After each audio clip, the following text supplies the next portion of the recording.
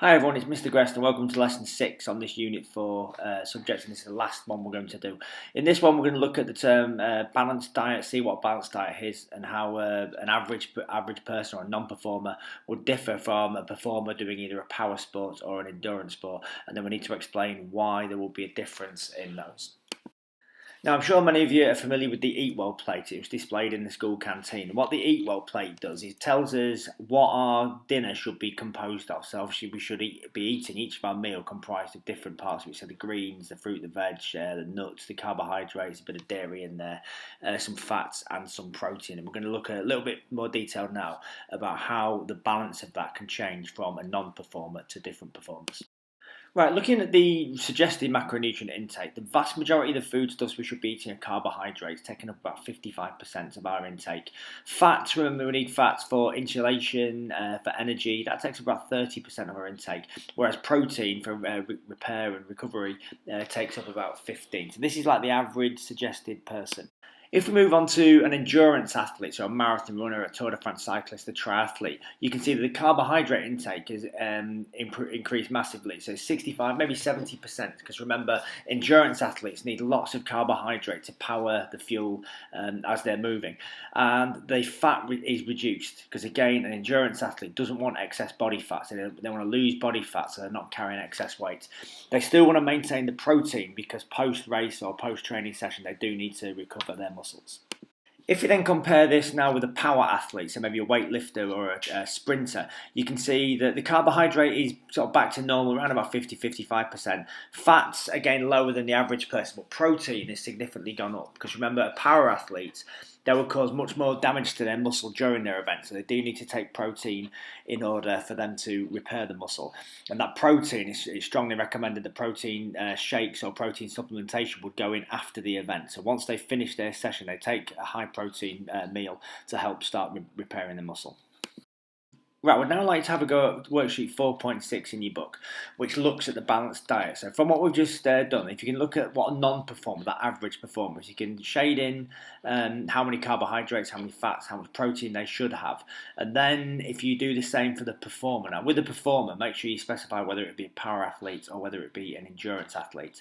There's then questions on why certain performers would need more carbohydrates, then a little bit at the bottom on protein and why and how much protein people should be taking if they're para athletes and when they should be taking it. So pause right now, have a little go at that, and then we'll be back shortly.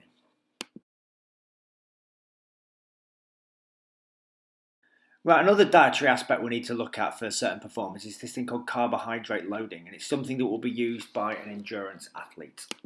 And what carbohydrate loading is, it's something that an endurance athlete would use just before an event. So they would train normally up to 3 days out before the event. And then what they would do is drop their training load. So they would train less in the 3 days up to the event, but actually eat more carbohydrates than they ordinarily would.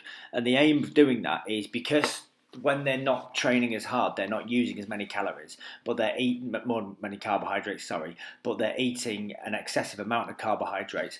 What the body does actually stores more carbohydrates. So when they get to the start line, what they've got is more carbohydrates, which means they would have more glucose stores to last them for the race. So it can have very significant impacts on their performance in that race to allow them to work aerobically for a longer period of time.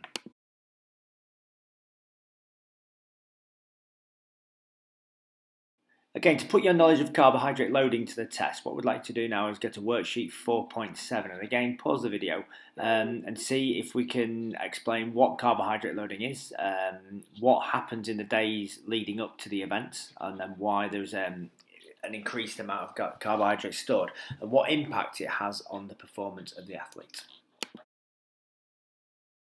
Right, for the final part of this lesson, we're going to look at what the term optimum weight means, how different factors in our body affect the optimum weight, and also we're going to explain this term energy balance and how the energy balance, the calories intake and calorie expenditure can affect weight gain, weight maintenance or weight loss.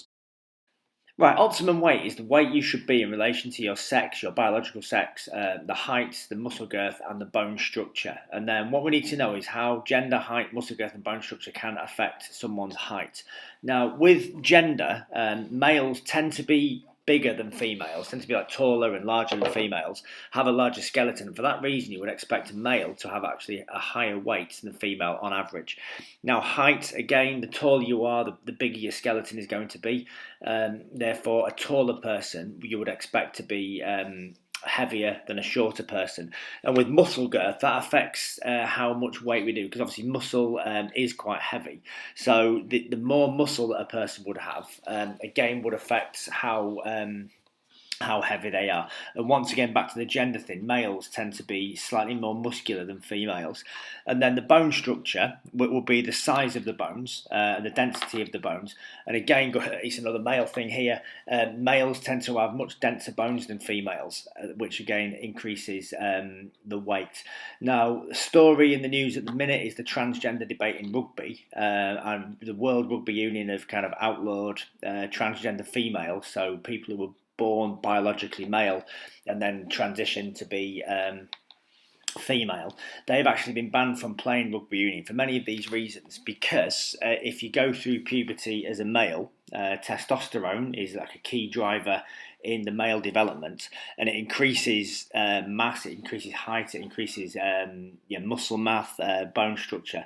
Therefore, they're much more powerful, much more heavier, and World Rugby Union have actually deemed it unsafe for what would be biological males who have transitioned to transgender females as being unsafe to participate in rugby union.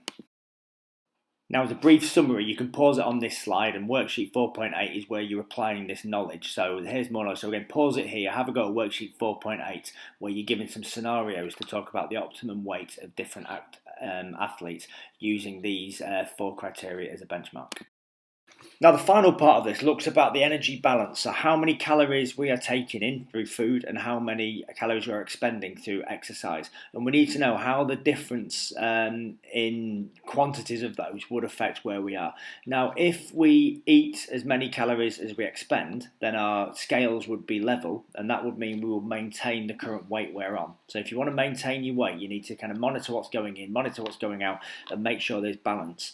Now, if we use more than we take in, so if on the right side of the scales they move down and the energy expenditure actually outweighs the intake, then we would actually lose weight. We would burn body fat, we would lose weight. And athletes might need to do that if they need to make a weight category in boxing or judo, for example. On the flip side of that, if we eat more calories than we burn, so the left-hand side of the scale is down, and that's winning, we would actually start to gain weight, because the calories, so the fats and the carbohydrates we're not using would turn to body fats, which could increase the weight. So that's the energy balance, and that's the end of the unit. So that's the end of the 6th lesson. So hopefully that clears everything up for you.